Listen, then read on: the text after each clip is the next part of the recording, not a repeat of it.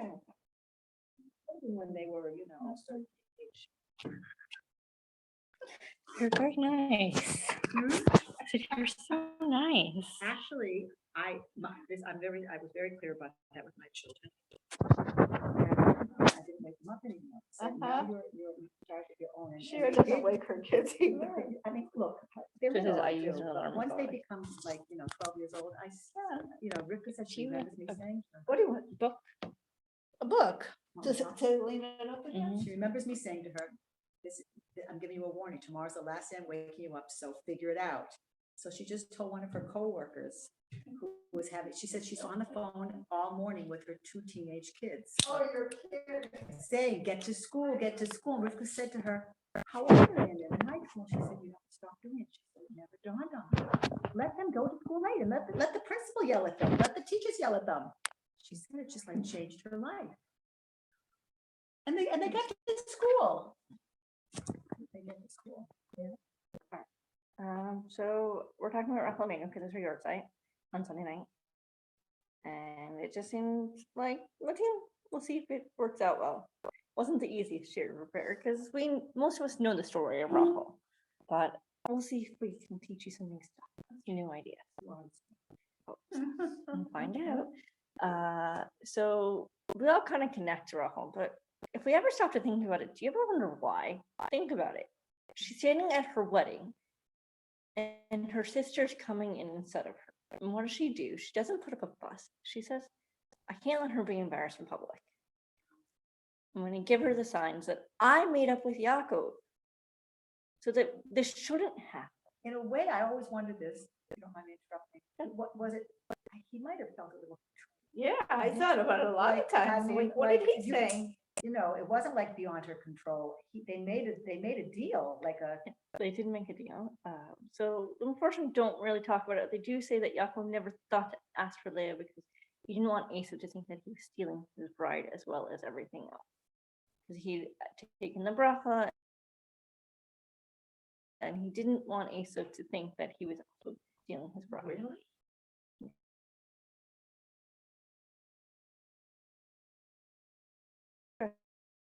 Oh, really? That's interesting. so what would that? Mazel tov.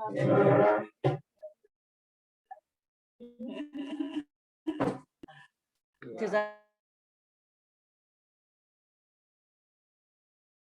Oh my gosh, I don't want this. But on the other hand, He didn't. 100%. And the unfortunately don't really talk about it too much. They're kind of just like more on Rochel and Leah. So we were talking about Rochel Imeinu, and we said, why do we on this high level where she's standing at her chuppah and she gives over the sign to her sister. Can I have done that? No, I couldn't. I don't know, maybe we're just speaking up. Yaakov's kindness were on Leah, not on her, right? In terms of like, you messed things up here for me, the wrong kavanas, whatever, with Reuben and all that. Yeah, we're not going to get into Yaakov's story so much because it's a whole different cheer, and Yaakov is himself so much to talk about. But yes, so I kind of had that question. I actually had a teacher in summer who stopped us and asked us, why do you, who do you connect to more, Leah or Rochel? And we all automatically just said Rochel, but like, did you ever stop to think about it? Like, we all connect to this idea of Mama Rochel, she's going to cry for us, she's going to bring us back, but do you ever stop to think about Rochel? She was on this about Rochel and Leah. Oh, okay. Like Rochel, in the sense, we all know the story. She cries for us, and she's gonna bring us out of Geula and out of Galus and bring us home, right? So we all connect to this idea of Mama Rochel because there's the songs, but we never really stopped to think about who Rochel really was. She was this amazing tzaddikus on this madriga that we can't even imagine. Like, not only it's not a one-time thing. In the course of later on years, she there's many situations where it was like she kept developing kept keeping that idea that Leah was on Yes, we'll talk about a little bit of that later. But then she goes a step further. It could have ended just at the chuppah, where she gives Leah the signs, and she doesn't get embarrassed publicly. That's what she really needs to do. But then she went one step further. The wedding night, she went underneath the bed and she answered for Leah, so that Leah would be married to Yaakov. She didn't have to do that. If we actually think about it, she didn't have to go lay underneath the bed and answer for Leah. With her voice. That was beyond the call. It was beyond. It would have ended. They wouldn't have, the marriage wouldn't have. That would have been it. But instead, she said, "No, I'm not going to do this to my sister," and she changed the course of Klal Yisrael's destiny. Yaakov thought that Rochel was his true Zivik. He started well, and once he arrives in Padan Aram, and the reason Rochel is a shepherd is because the Midrashim say that there was a plague that killed off most of Lavan's flock, and so he got rid of the shepherd and made his daughter Rochel in charge. A little bit strange, but okay. And he kissed her, and he saw, that she was his true Zivig, and that she wasn't going to marry with him, and all these things. He saw it in just a flash, Ruach HaKodesh. Like, this is what he saw. He saw it laid out for him. He didn't understand why, but he saw that she was meant to be his. And he asked her on the spot, "Will you marry me?" She said, "Yes, but my father's never going to let. He's going to trick you." He said, "I'll trick him right back." I said, "Can you do that?" There's ways to do it. What does he do? He goes to Lavan and he asks for Rachel's hand. He says, "Rachel, your daughter, your younger daughter, Rachel." He lays it out very clearly who he's willing to work 7 years for. He said, "Do not switch Rachel for someone else named Rachel. Do not switch her for her older sister.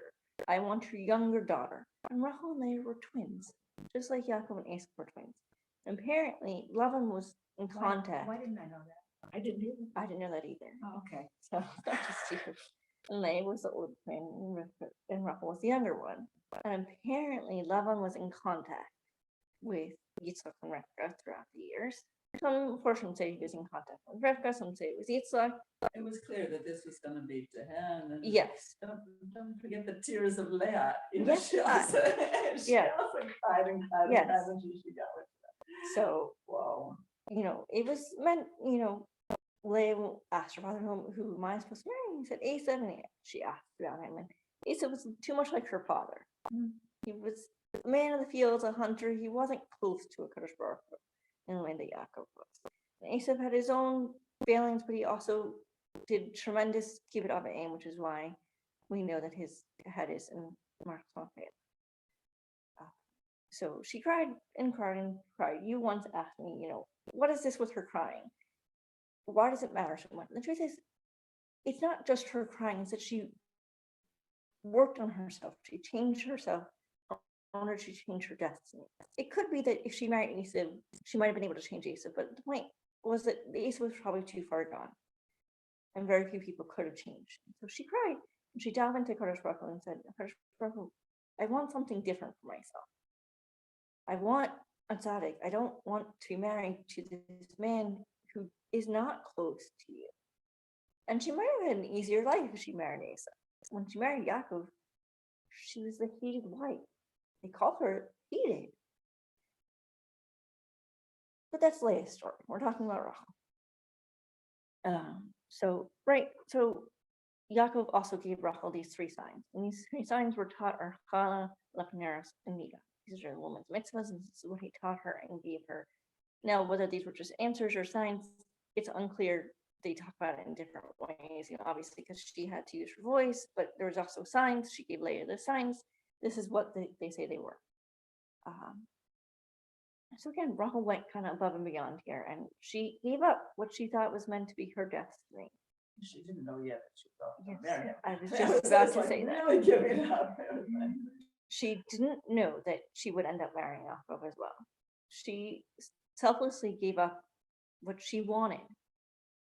She waited, 7 years from the time she met Yaakov to marry him. And they planned it out so they wouldn't be switched. That she would marry him. And she's standing there and she's thinking to herself, I cannot do this to my sister.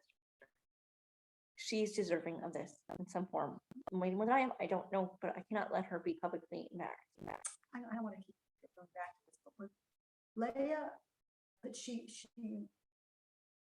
I think I wouldn't, Leah wasn't thinking about, she, what was going on when Leah is willing to do this to her sister? Like, it wasn't like she was totally forced into it. She wasn't forced into it in So- the sense that, she was held at Well, gunpoint, but think about what was, not even mass kibbutz davim, but like the Okay, the all right, father so was she in was forced total into it. control of Okay, this. so, yes, Lavin was in know. control, but she wanted it. You're right, she did want it. She wanted to marry him.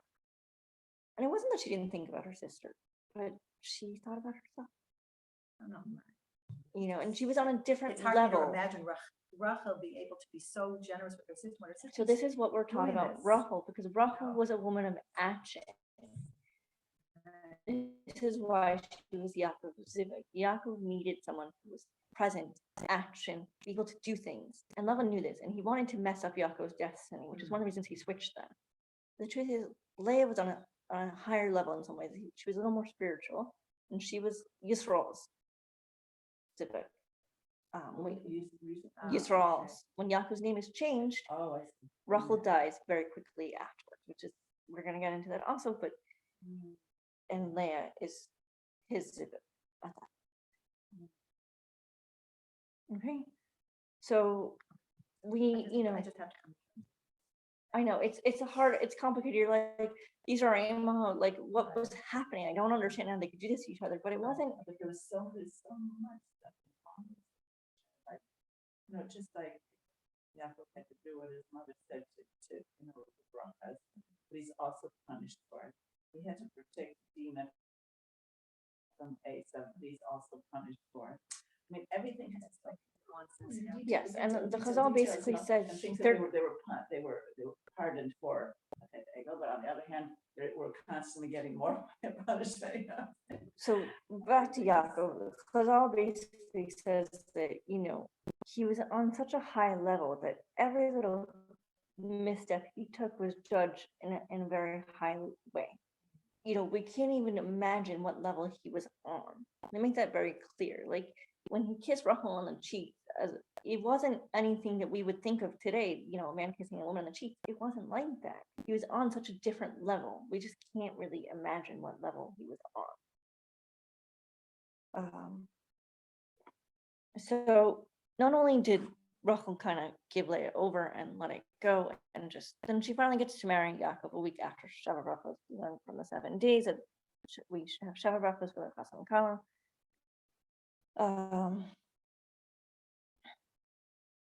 So she gave up everything, and it's because the fact that she didn't let her sister be publicly embarrassed that she gets her tefillahs answered when no one else's tefillahs are answered in terms of Klal Yisrael going out into Galus. It's considered a tremendous thing. Hashem made she was. Yes, it is a tremendous thing, and that's what we're talking about. And Yeah. we're gonna get to her tears and her tefillah being answered at the end. We're trying to go through the story a little bit.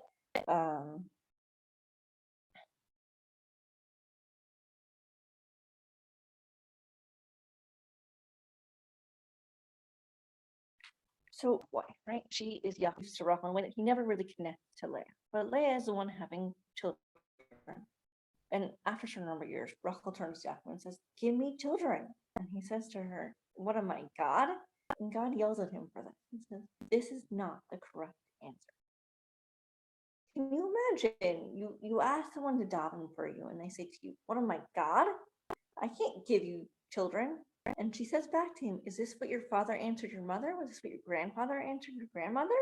And he said, "Fine, so do what my grandmother did."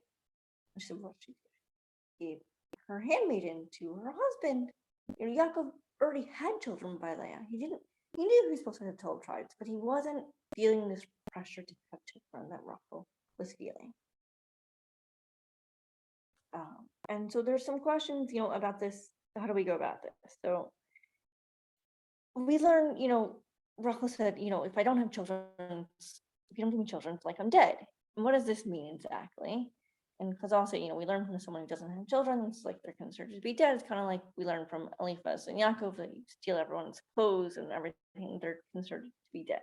It's not a physical death, it's a spiritual death. And she was a little bit annoyed with God and Yaakov at this point. She'd given up everything to let her sister not be embarrassed. And here she is, waiting 14 years to have children. 14 years. And this is, not quite 14 years yet, but at that point, she was 22 when she first married Yaakov, and 36 when she was giving birth to Yaakov. So there was 14 years where she was not able to have children. And this is before those 14 years are completely up, but she's already turning to Yaakov and said, I know that there's something.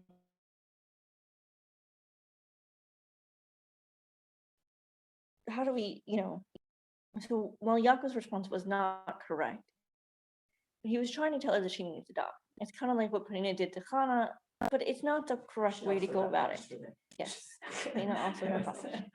It's not the correct way to go about it. You don't tell someone, I am not God, or cause them pain in order to cause them to daven. That's not how you're supposed to act. Yes, God holds the keys to fertility and rain and all these other things in Knesset Mason, and so only Hashem can actually give children, but you don't tell someone, I am not God, I cannot give you children. That's not the correct response. She was having a hard time. Leah was having baby after baby after baby. She had 4 babies, 4 children in quick succession before there was a break. And Rachel's watching from the sidelines, and she's running the household, and she's there for Yaakov, but she's not having children. And she's like, okay, maybe she's more righteous than me, Basically, Bereshit states when Rachel saw that she'd borne Yaakov no children, she became envious of her sister. Rachel envies Leah's good deeds. Rachel said if Leah was not right, given birth. We know that the reason Leah had children so quickly and easily is because Hashem wanted Yaakov to cleave to Leah as well. Leah felt hated. She felt abandoned. She knew she wasn't the one that Yaakov really wanted, even though that's what she wanted. She didn't get Yaakov's love. But she got to have his children first. So according to the Medrash and Rashis Rabbah, Rachel had the insight that having children, excuse me, is a reward from Hashem for being righteous. It's a different level, it's a different explanation, it's just one of them. She was afraid that she wasn't doing things right in the eyes of Hashem. It's not necessarily true. We see from other imahos that Hashem just wanted there to be lost, and that is the mainstay answer that's given over and over again, that Hashem wants you to daven, which is why he gives you tzaras. So the Emek Dever brings 2 reasons why women want children. One is for the enjoyment of raising them, which some would say, what enjoyment? Sorry, Gidophanim and all that, but there is inherent enjoyment there. And 2 is to support them when they're old and to bury them. In other words, remember them when they are dead. Some would say Kaddish for them to help them in their old age. As we see, many people as you get older need more help, and if they don't have children, they rely on their community to do so.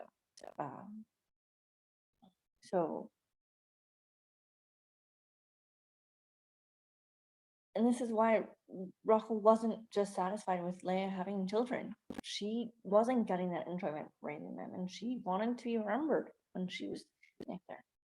We all know that we're going to die one day. We want someone to bury us and to say Kaddish for us, and we want someone to help us in our old age. It's a normal thing, and Rachel expressed that.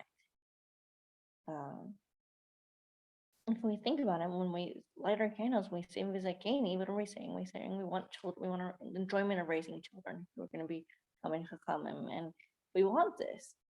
So this is, but Rachel wasn't really jealous of Leah just in the physical sense. It wasn't that type of jealousy where I hate you, you're so, it wasn't that. It was a spiritual thing for them. It was, my sister must be more righteous than me, that she's able to have these children and I can't. What am I doing wrong? How do I go about fixing it? But, like I said, she kind of did wonder, I gave up my husband. My sister would not be embarrassed. And this is how I get rewarded? Well, she knows she'll be rewarded later. But So Rachel did take Yaakov's advice to heart, and she found Sarah made an example, and she gave Bilhah, who was really her half sister, but also her handmaiden. Complicated lives they lived back then. Her half sister. Her half sister. Oh, okay. It was from Lavan's concubine, so it was from And Lavan. also, They were all four sisters. they were all four sisters. Can you imagine? We all kind of joke about taking another wife, having another wife to help us, but four sisters living under one roof with one husband. Poor Yaakov. Like, Wait, that was Bila? it was Bilhah. And what about And Zilpah? Zilpah was Bilhah's full sister, and their half. Okay. But like seriously, I was writing this. I was like, I feel kind of bad for Yaakov here. Like, How do these husbands manage? I was like, And this was up until in this garden, it was up Yeah. until like 50 years ago. I mean, it's, so. Really? yeah, Until just, I mean, I don't know what happened with, I think the ones who came to Eretz It Yisrael was- with more than one wife. it was only that was among the it. They were Teimanim. allowed to continue, so to speak, until they had whatever. It was among the Teimanim that they didn't have the condition of Rabban Gamliel. It was Rabban Gamliel who said, no more 2 wives, it's not working, stop it. It's not working. Not just the Teiman, also in Morocco, they had more than one. I think so. I don't, but maybe, it Whatever, doesn't they- matter. After they got to Eretz Yisrael, I mean, Yeah. they did not just Israel, so they were not allowed to do it anymore, but Yeah. it was in But the- I just in really, the last some I years, kind of so. just felt bad for Yaakov. I was like, it's 4 times the hormone. That's 4 sisters with one husband. Like, Wasn't home that much. I bet he wasn't. he was not. He was out in the field taking care of Lavan's sheep. It's true, but still, like, I mean, I was just like, there's no way my husband could handle that. Like, There was some sort of your turn. yeah. So Bilhah was given to Yaakov, and Yaakov freed her from her handmaiden status and made her a full-fledged wife. He didn't love Bilhah and Zilpah the way he loved Rachel, or even Leah, honestly. They were extras to him. He did it for Klal Yisrael. He didn't do it because this is what he wanted. We're saying he did it because this is the way Hashem directed his life. So Bilhah gets pregnant. She has 2 children that Rachel gets to name, Donna and Naftali, I believe. She had 2 children before Zilpah got in. Yes. Yeah. At this point, when Leah sees what Rachel has done, she gives Zilpah over to Yaakov as well, and says, because Leah had stopped. Zilpah with Leah's. Zilpah was Leah's handmaiden. Bilhah was the older of the 2, and she went with Rachel, and Zilpah went with And those Leah. children were raised by Rachel. Yes.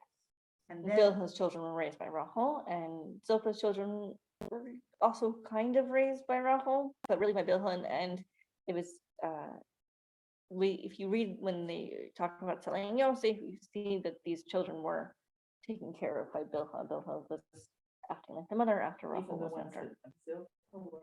I believe so. It's Okay, unclear. so Not, I not wanna by get Leah, not by Leah.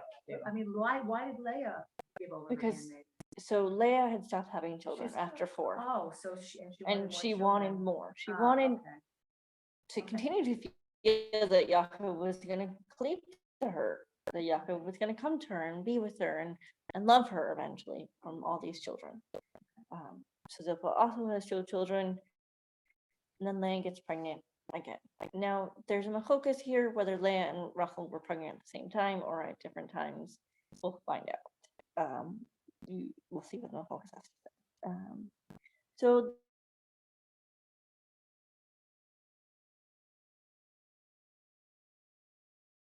finally got pregnant. The idea that we all know is that she got pregnant from Tefillah, from abundant prayers. She finally was able to have children. She's able to have a boy. From her prayers, Yaakov's prayers, and her sister's prayers, and the handmaiden's prayers. They were all davening. She would have children. Another idea is that Hashem remembered Rachel's silence when Leah was given to Yaakov instead of her. And the third explanation is that Rachel married pregnancy because she brought her rival wife, in terms of Bilhah, into her house. And by marriage to the birth of Dan, the son of Bilhah, Rachel became pregnant. And by marriage to the birth of Dan, Yosef and Benjamin were born. It's a medrash. How long after that one? because Bilhah had done, it was in that merit that Rachel had given Bilhah over to Yaakov that she was able to finally become pregnant, and therefore she was able to have Yosef and Binyamin. It's a medrash. So the Gemara, like I said, has two different explanations for pregnancy here and why Rachel got to have a boy. So if we go it's a Mishnah.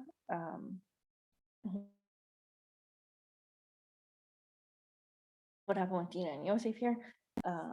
The Talmud Yerushalmi, the Machlokas is about how long you can daven for a fetus for a specific gender. Okay? The Talmud Yerushalmi, in theory, proves that you can daven the entire pregnancy from Rachel. Dina had a daughter. Leah had a daughter since. The word acher is translated as since Rachel davened while giving birth to Yosef that she should have another boy. Leah had a girl. But again, uses the word acher. So according to Talmud Yerushalmi, Leah and Rachel were kind of pregnant at the same time, but Leah was due after Rachel. Or Leah was pregnant later. It depends how you read it and explain it. The Bavli calls when you should only daven for 40 days, which is how most of us hold today. You can only daven for 40 days per specific gender. After that, there's really no point because it's already been decided nothing's going to change. It's that it goes according to Targum that the fetuses literally switched wombs. That Leah was pregnant with Yosef and Rachel was pregnant with Dina. And this is why Yosef is always called pretty and Dina was no more tomboyish, because they were meant to be different people. Wow. Yeah. And basically, according to that explanation, Rachel and Leah were pregnant at the exact same time. And Leah davened that she should have a girl, so that Rachel should not feel embarrassed that she should have less boys or less children than the handmaidens. Girls were not considered to be the ultimate here, even though I believe there's an explanation that says each of the tribes was born with a twin sister. It wasn't considered to be the ultimate. You wanted a boy. Yes. And the interesting thing is, if we continue with that story of Dina and Yosef, Yosef marries Dina's daughter, Osnat, in Mitzrayim. Osnat was a daughter that Dina had with Shem, that her brother said, nope, we're refusing to raise this child in our house, we're sending her away. And Yaakov put a necklace around her neck so that she would always know that her true origins. So there's a couple ways to kind of look at that explanation then, is that either Leah got all the boys she was supposed to have by merit of Ephraim and Manasseh, or that Rachel actually did get the full component of child she was supposed to have by the merit of Ephraim and Manasseh, who became full-fledged tribe. 4 boys, 8 boys. Well, it works better that Rachel got the full component, but they both had merit there. Basically, that Leah, you don't lose out by davening for someone else. Because even though she had a girl, she still got to have Ephraim and Manasseh as her descendants. We never really talk about the Amos as a, but they, without them, there would no be 12 Shvatim. Like, it wasn't going to happen. So now Yosef is born, and Yaakov is ready to leave Laban's house finally. And you kind of gotta wonder why all of a sudden now Rachel is pregnant, Yosef's just a toddler. It's times Tanakh, and time doesn't really seem to matter there. But we know it's been 21 years at this point. He worked for 7 years for Rachel, and then worked another 7 years for Rachel after he was given Leah, and then he stayed another 7 years. So what happens here? 7 years, 11, 12. Yes. Well, technically 12. No, it was 13. Wait, technically 12. Dina. Starting from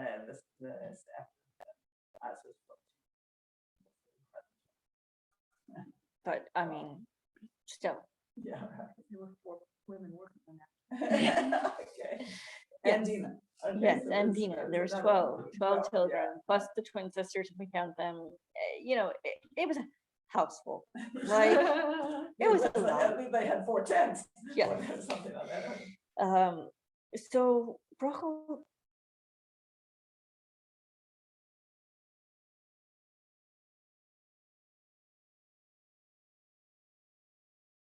they all agree to leave. Rochel is given. One is, l'shem shemaim, she did not want Lavan to continue in his old age worshiping idols. She did not feel comfortable leaving her father, who was not the nicest man in the world. He did not treat them well as an idol worshiper. And there's another explanation that says, Rachel didn't want Lavan to be able to perform witchcraft with these idols and be able to follow them and see where they're going and, to make their lives miserable, basically. She took his idols. She takes them. She wants to bring her father into circle of Hashem, let's say.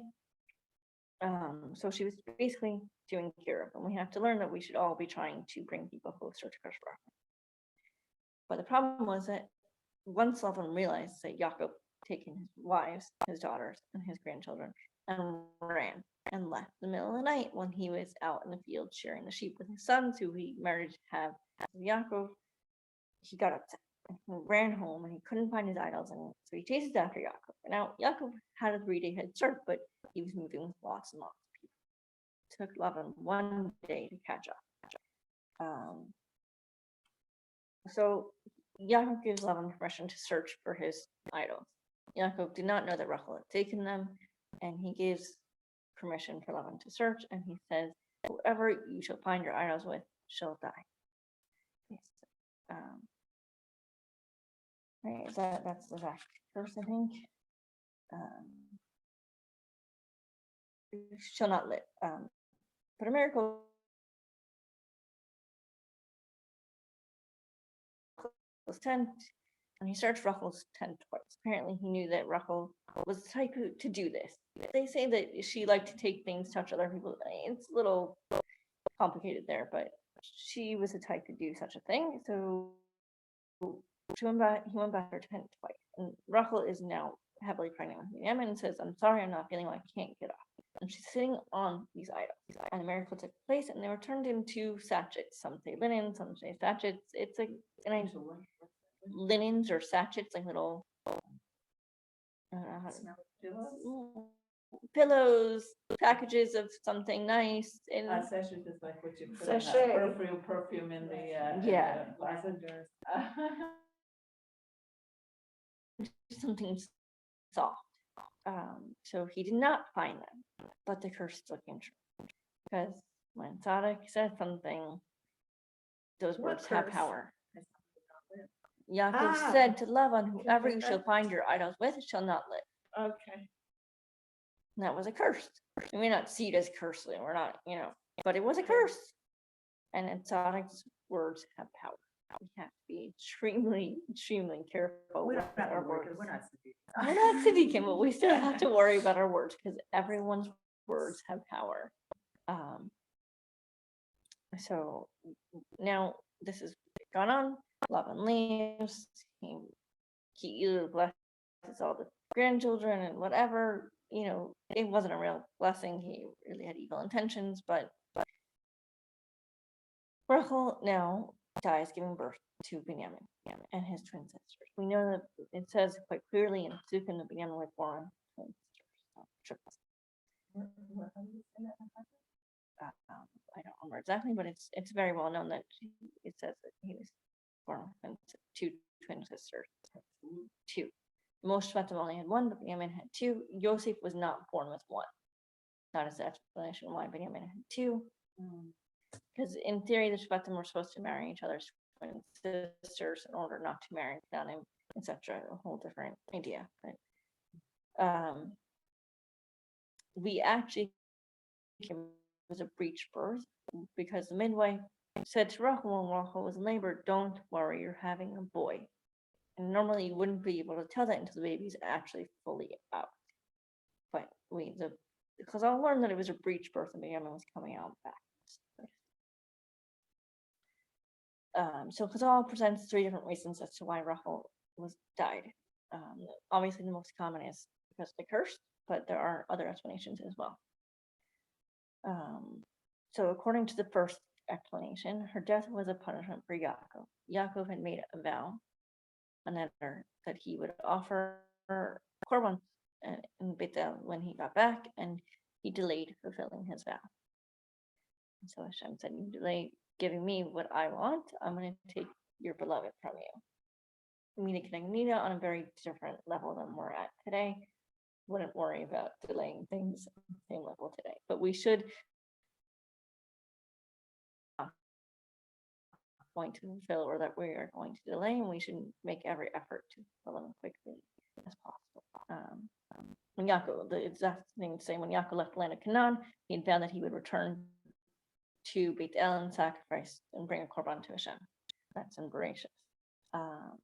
He was delayed and he didn't do it properly, so he had to bury Rochel. According to another opinion, Rochel died before Leah because she spoke before her sister. When Yaakov wanted to leave Haran, he summoned his wives to the field and told them of his plans. They consented it as is said in Bereshit, and Rachel and Leah answered, saying, The name first. Yes. She answered first. yes, and that. Since Rachel spoke before her sister, she was punished by dying before her. So learn from their respect for your elders, even if they're only older than you by a minute or two. An opposite view to that actually notes that when Yaakov sent for his wives to come to the field, he called for Rachel and Leah. So it was fine for Rachel to speak first, and that she died because of the curse that Yaakov uttered, that whoever Lavan finds his idols with shall die. And because Rachel was the one who had the idols, even though they weren't found with her, she was the one to die. Now, as I said in the beginning, there was two different levels of Zivukim here, and Rachel was meant for Yaakov. Rachel lived in the present. She was a woman of action. She wasn't sitting around davening and crying her eyes out like Leah. Leah was much more spiritual than Rachel. Not a bad thing. Everyone has their different focus in life, and Rachel's was that she was in the present. She lived in the now, and she was busy doing things and getting things done, and just that was who she was. Yaakov needed that. He needed someone who was able to build Klal Yisrael, who was able to challenge them and to raise them in the now, not to be crying in their tent. You know, he needed someone who would work with him to do it. According to Yaakov's service of Hashem was in this world, the lower world, the physical world, while Yisrael's service to Hashem was an upper world, the more spiritual world. Yaakov completed his mission in this lower world, so to speak, when he was renamed after the fight with the angel to be Yisrael. He perfected the physical, that the physical was only a kli to serve a Kadosh Baruch Hu. The Shvatim were only there to build Klal Yisrael. They weren't just there for his pleasure of raising children. They were there to build Klal Yisrael. Everything was a kli to serve a Kadosh Baruch Hu. But we also see that Yaakov was in the lower world in the beginning, also because he was given Esav's bracha. And Esav was always the more physical of the two. So that's why there's two different levels of Yaakov. Yaakov had if Esav had not turned out the way he had, then Yaakov would have been in intensive shame and aver for most of his life, besides for the 14 years he spent there after leaving home. He would have been more spiritual. That was what Klal Yisrael was meant to be, and therefore it's just different. So Leah was the more spiritual of the two, and therefore she was Yisrael's Zivug. And when I heard this back when I was a child, I was like blown away by this, and I was very much like, that's really cool. Like no one really shot. I hear that again. Say it again. Leah was Yisrael's Zivug because Leah lived in that spiritual world. When he became the higher world, when he was renamed, he had completed his mission as Yaakov, and therefore Rachel was no longer his true Zivug. But in order to show that, Rachel had to die. That's really very powerful. I was blown away by this in seventh grade. I actually reached out to that teacher when I was preparing the share, and I said, "Where'd you get this from?" And she told me it was Miktam Eliyahu. So Where did she get it from? Miktam Eliyahu. Me? Miktam Eliyahu. That's- Rav Dessler. we say that Rochel is beautiful in form and beautiful in appearance, was in part of Yaakov, and felt Leah for the aspect of Yisrael. Basically, Rochel had that beauty. She was known for being beautiful. Leah was not. Leah's eyes were saddened. They were weakened from the tears she cried for years not to have to marry Asa. She didn't have that physical beauty. She was renowned for it. She was just like any other woman. She was normal. She wasn't renowned for being beautiful.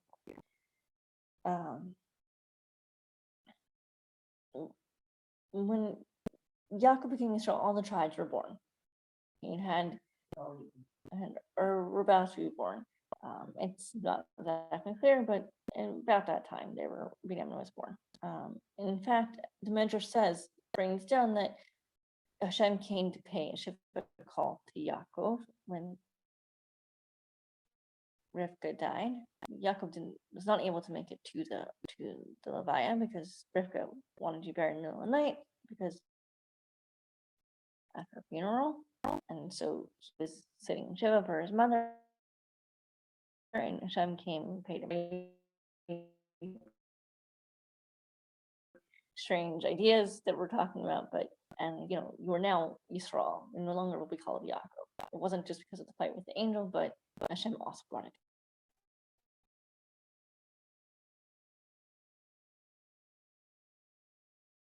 And that's right after that, she didn't really live in this world. Yes, she raised her children and she was busy with them, but yes, she wanted Yaakov's attention, but she really was all about connecting to Kadosh Baruch Hu and changing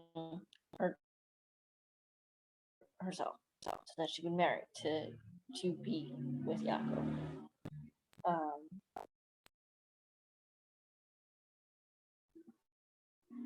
But Rochel was the character. She wasn't loved like Rochel was. Rochel was the mainstay of the home, and we learn this from the fact that she was barren. The word for barrenness is akara.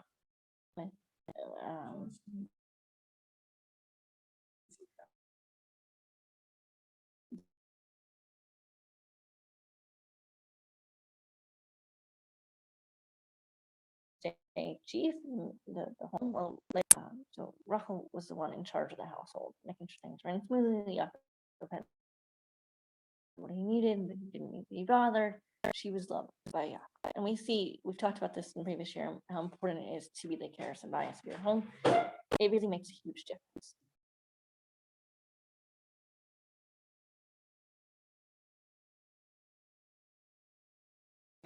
Your children and being informed for everybody. Watch is in his mid to late 20s is already becoming posted because his wife takes care of the home. She takes care of the children. She supports him, sends them to learn, to sit in the base din, and do And I said to my sister, I could not do that. That is not who I am, but that's who they are. Everyone is different. We all have our different co-hosts, but at the end of the day, we all need to be the care survivor. We set the tone of our home. We decide how it's going to be run, what's important, what's not important. So that, to be the care survivor, Yaakov married into Lavan, and even since Leah admitted this, Boaz was from the tribe of Yehuda, and they said in Megillus Ruth that like Rochel and like Leah, even more so, even though Rochel had a hard life and she waited 7 years home, and then she had to wait to have children. She was never bitter. Rochel being bitter, even though I talked about bitter with it. She just wanted to have children. She went about her life. She lived her life to the fullest of her ability, but she noticed something was missing. She wanted those children. She wanted to have a part in the Shvatim of Klal Yisrael, to be remembered,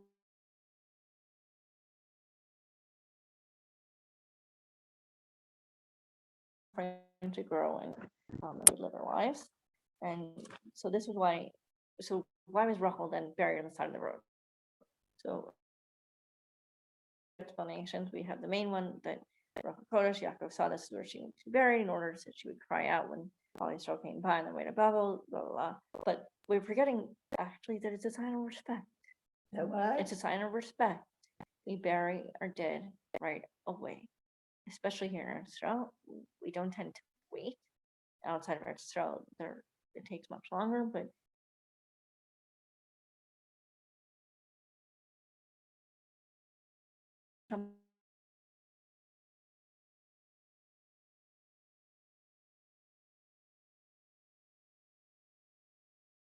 and for you.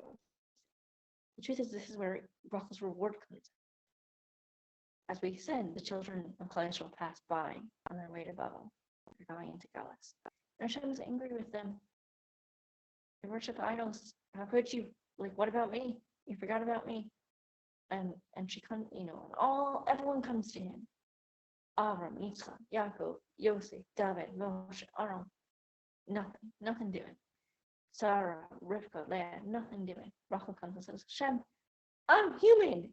I let my sister marry my husband. How can you, who were not human, be jealous that they serve something that doesn't exist? They made a mistake. They slipped up. You're going to punish them forever for this? And he says, you're right. Your cry will be answered. And we see from here that the mother's cry is never, never not answered. You don't always know how it's answered, but it will always be answered. So we have a few lessons that we can really learn from Rochel to bring it out. We have to have empathy for others. We don't embarrass others in public. We don't let them be embarrassed. We can help it. We don't give into bitterness in the face of hardship. We give up our lives if we need to. If we Mesiras Nefesh for Klal Yisrael, for our husbands, wherever it might be. And we should try and do here in whatever form that might take in order to kind of just express the need for it to help others see Hashem.